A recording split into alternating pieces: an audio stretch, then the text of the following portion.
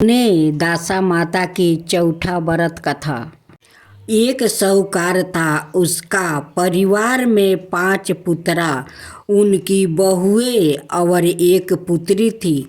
पुत्री का विवाह हो चुका था, परंतु उसका गावना नहीं हुआ था।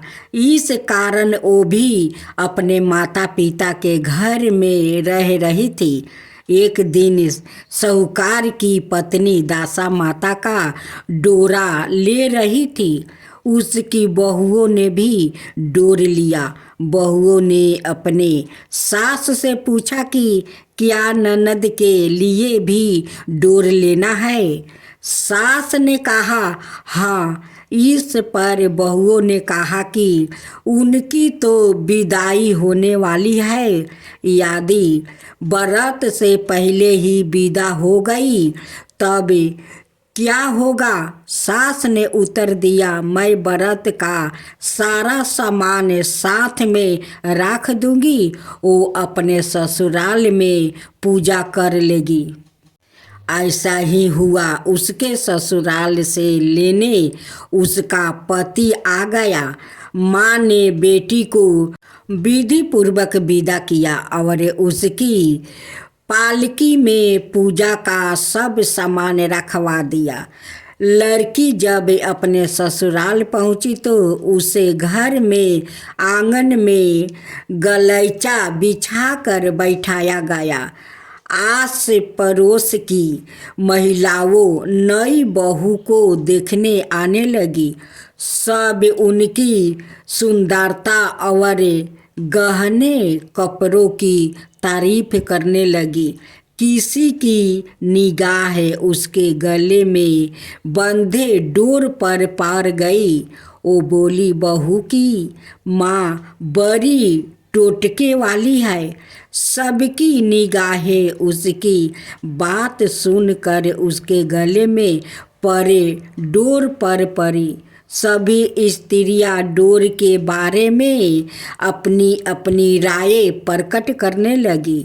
शाम को सास ननद ने देवरानी जेठानी घर की सभी स्त्रियों भी उससे डोर की चर्चा करने लगी। सब डोर की निंदा कर रही थी।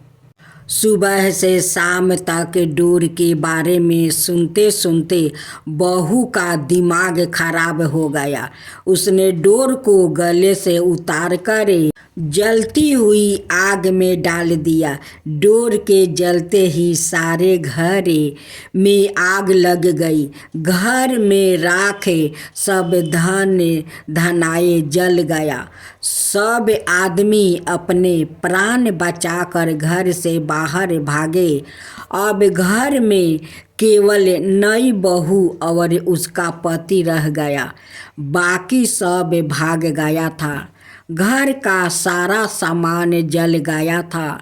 घर में अब ना खाने को अन्न था और ना ही पहनने के लिए वस्तु बचे थे। इसलिए दोनों पति पत्नी गांव छोड़कर रोजगार खोजने चल दी। चलते चलते वो उसी गांव में पहुंच गई जहाँ की वो लड़की थी। लड़की ने अपने पति से कहा, तुम यहाँ बाहर झोंको और मैं भी कोई काम ढूंढती हूँ। पत्नी का कहना मानकर वो बाहर झोंकने लगा और वहाँ सवाए एक कुएं पर जाकर बैठ गई। उसे कुएं पर सारे गांव की स्त्रियां पानी भरने आया करती थी। उस लड़की की भाभिया उस कुएं पर पानी भरने आई, परंतु उन्होंने अपनी ननद को नहीं पहचाना। वो उसे बोली, तुम तो किसी भले घर की लड़की मालूम होती हो, कुछ काम करना चाहती हो तो बोलो। लड़की बोली, काम तो करूँगी परंतु कोई नीच काम नहीं करूँगी।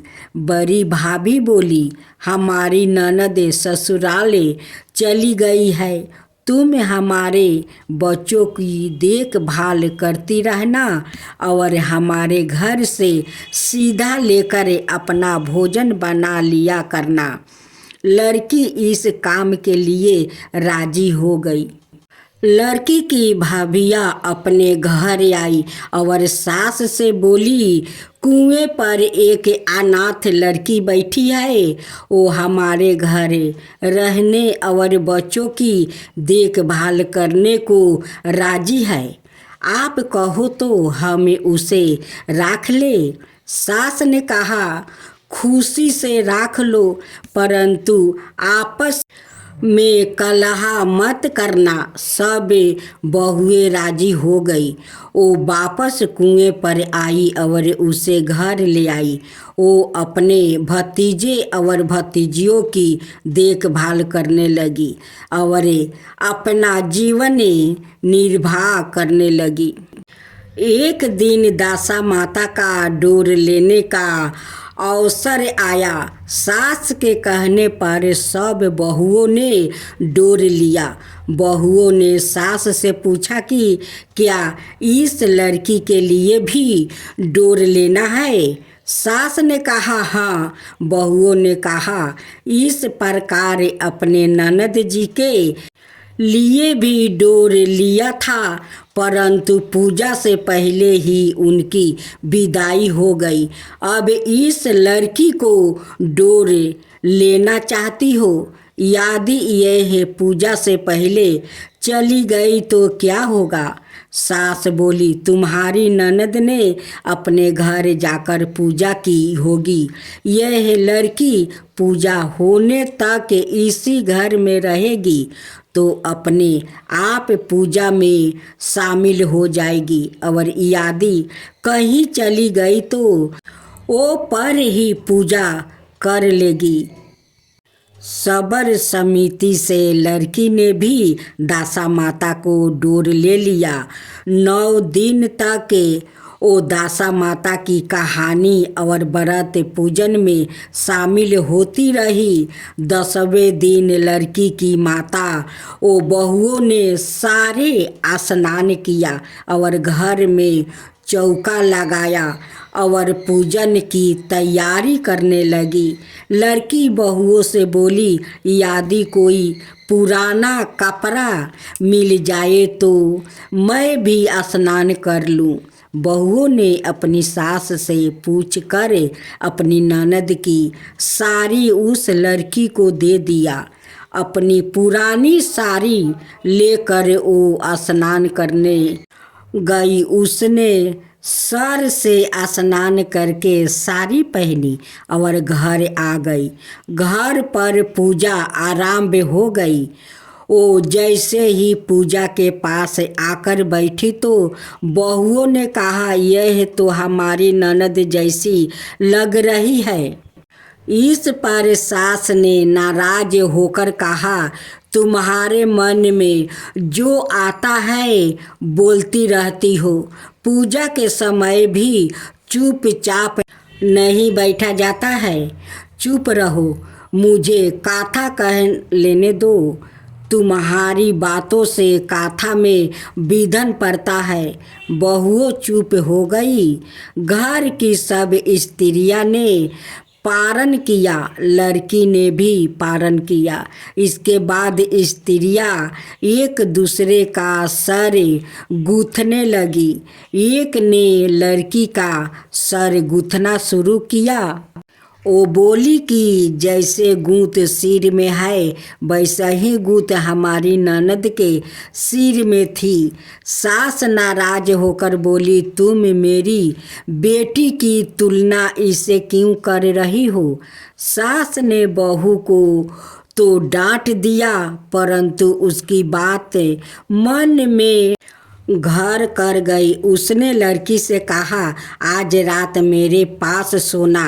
रात तो जब बहुओं सो गई तो उसने लड़की से पूछा, तुम्हारे पीहर में कभी कोई था?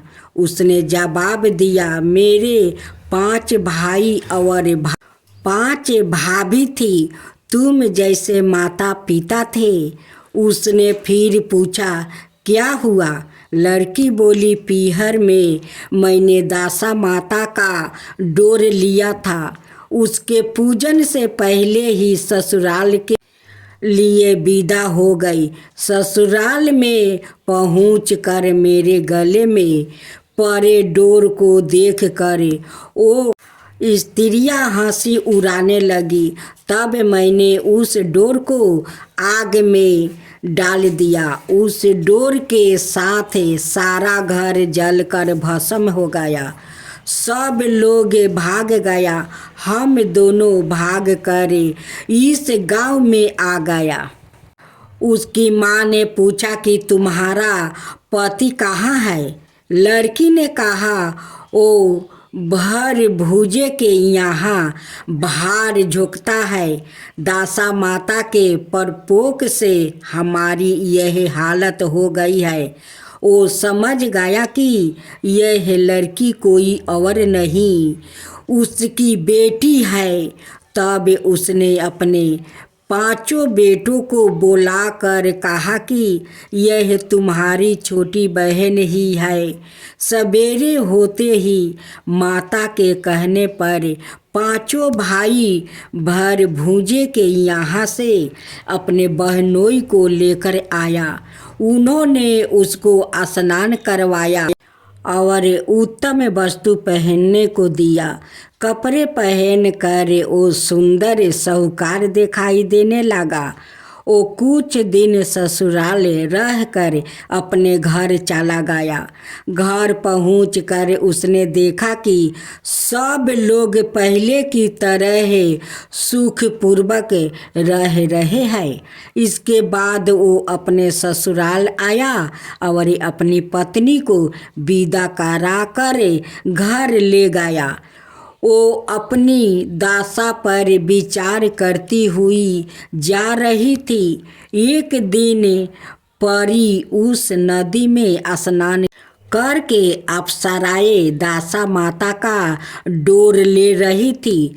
उनके पास एक डोर बच गया था। वो अप्सराएं बोली, यदि इस डोली में कोई ऊंचे वर्ग की स्त्री हो तो उसे यह डोरा दे दो।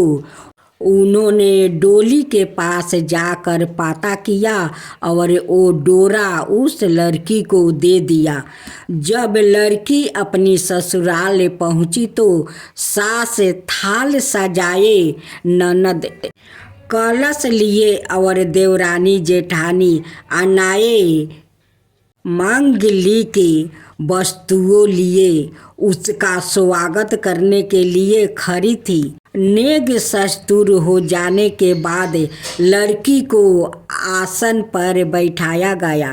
आसन पर बैठने के बाद लड़की ने कहा, आप लोग ने पहली बार दासा माता के डोर के लिए आप शब्द कहे थे, जिसका फल यह हुआ कि घर के सब लोग बिछड़ गया और घर का धन धनाए जल कर सुहाहा हो गया।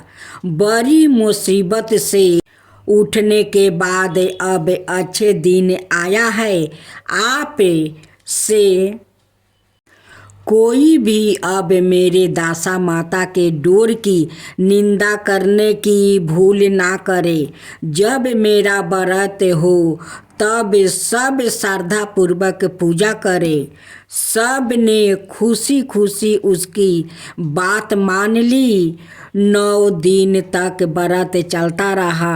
10वें दिन विधि पूर्वक डोर की पूजा की गई। 7 सुहागिनों को न्योता दिया गया। उनका श्रृंगार करके आंचल भरा गया। इस प्रकार दासा माता को पूजन समाप्त हुआ। जिस प्रकार दासा माता ने उस लड़की के दिन फेरे, वैसे ही वो सब पर दया करे। अब सुने गणेश जी की कथा। प्राचीन समय में सुमेरु पर्वत पर सौभारी ऋषि का अत्यंत मनोरम आश्रम था। उनकी अत्यंत रूपवती और पतिव्रता पत्नी का नाम मनोमयी था। एक दिन ऋषि लकड़ी लेने के लिए वन में गया और मनोमयी गिरहे कार्य में लग गई। उसी समय एक दुष्ट कवच नाम का गंधर्व वहाँ आया और उसने अनुपम लवण्यवती मनोमयी को देखा तो व्याकुल हो गया। कौंच ने ऋषि पत्नी का हाथ पकड़ लिया। रोती और कांपती हुई ऋषि पत्नी उसे दया की भीख मांगने लगी। उसी समय सौभारी ऋषि आ गया। उन्होंने गंधर्व को श्राप देते हुए कहा, तूने चोर की तरह मेरी साध्वीनी का हाथ पकड़ा है, इसे कारण तू मूषक होकर धरती के नीचे और चोरी करके अपना पेट भरेगा। कांपते हुए गंधर्व ने मुनि से प्रार्थना की, दयालु मुनि, अविवेक के कारण मैंने आपकी पत्नी के हाथ का स्पर्श किया था, मुझे क्षमा कर दे। ऋषि ने कहा, मेरा श्राप व्यर्थ नहीं होगा। तथापि द्वार पर में महर्षि पराशर के यहाँ गणपति देव गजमुख पुत्र रूप में प्रकट होंगे। हर योग में गणेश जी ने अलग अलग अवतार लिया।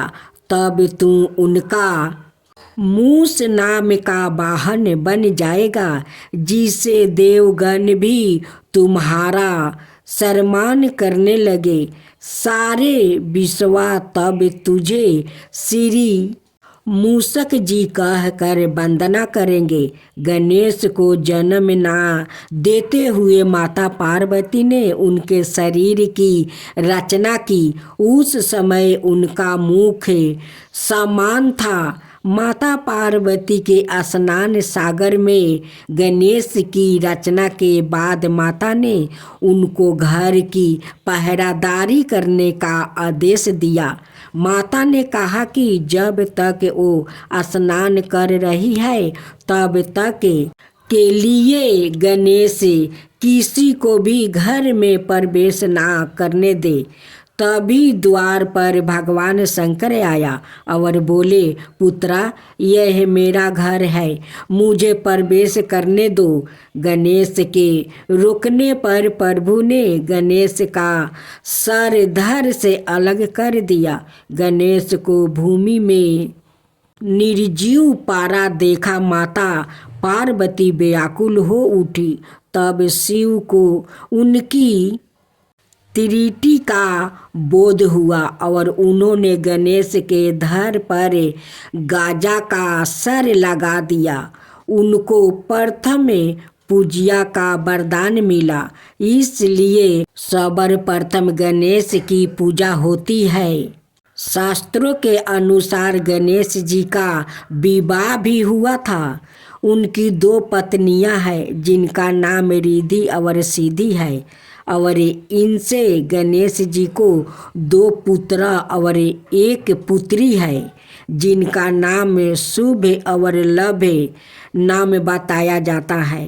यही कारण है कि शुभ और लभ यह दोनों शब्दों आपको अक्सर उनकी मूर्ति के साथ दिखाई देते हैं, और यह भी सभी जन्म और मृत्यु के में आते हैं। गणेश जी की पूजा करने से केवल सिद्धियां प्राप्ति होती है, लेकिन इनकी भक्ति से पूर्ण मोक्ष संभव नहीं है। गणेश जी के इन 2 पुत्रा के अलावा एक पुत्री भी है, संतोषी माता नाम से विख्यात है। राधे भक्त जैनो, अब सुने, हर व्रत गाथा के साथ सुनी जाती है लपसी तपसी की यह कहानी। एक लपसी था और एक तपसी था।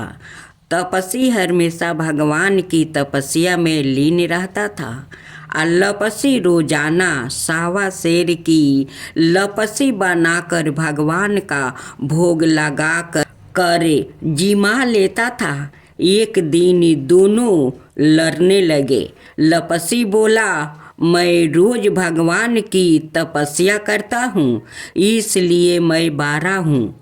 तपसी बोला, मैं रोज भगवान को सावा शेर लपसी का भोग लगाता हूँ, इसलिए मैं बारह हूँ। नारद जी वहाँ से गुजर रहे थे। दोनों को लड़ता देख कर उनसे पूछा कि तुम क्यों लड़ रहे हो। तपसी ने खुद के बारह होने का कारण बताया और लपसी ने अपना कारण बताया। नारद जी बोले, तुम्हारा फैसला मैं कर दूंगा। दूसरे दिन लपसी और तपसी नहा कर अपनी रोज की भांति करने आए तो नारद जी ने छुप कर 1.25 करोड़ की एक एक औंठी उन दोनों के आगे रख दिया। लपसी की नज़र जब औंठी पर पड़ी तो उसने चुपचाप औंठी उठाकर अपने नीचे दबा लिया। लपसी की नज़र औंठी पर पड़ी लेकिन उसने ध्यान नहीं दिया। भगवान को भोग लगाकर लपसी खाने लगा।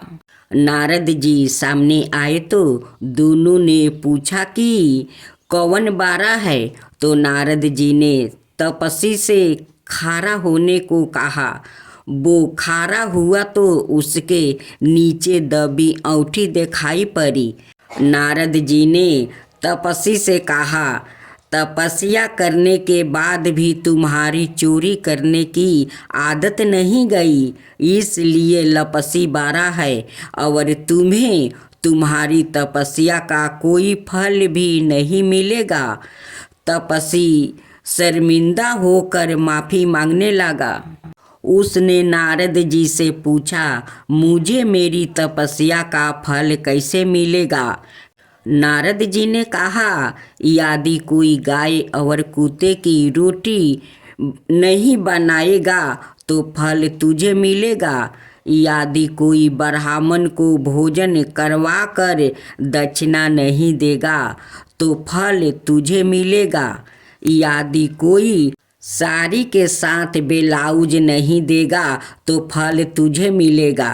यदि कोई दिए से दिए जलाएगा तो फल तुझे मिलेगा। यदि कोई सारी कहानी सुने लेकिन तुम्हारी कहानी नहीं सुने तो फल तुझे मिलेगा। उसी दिन से हर व्रत कथा कहानी के साथ लपसी तपसी की कहानी भी सुनी और कही जाती है।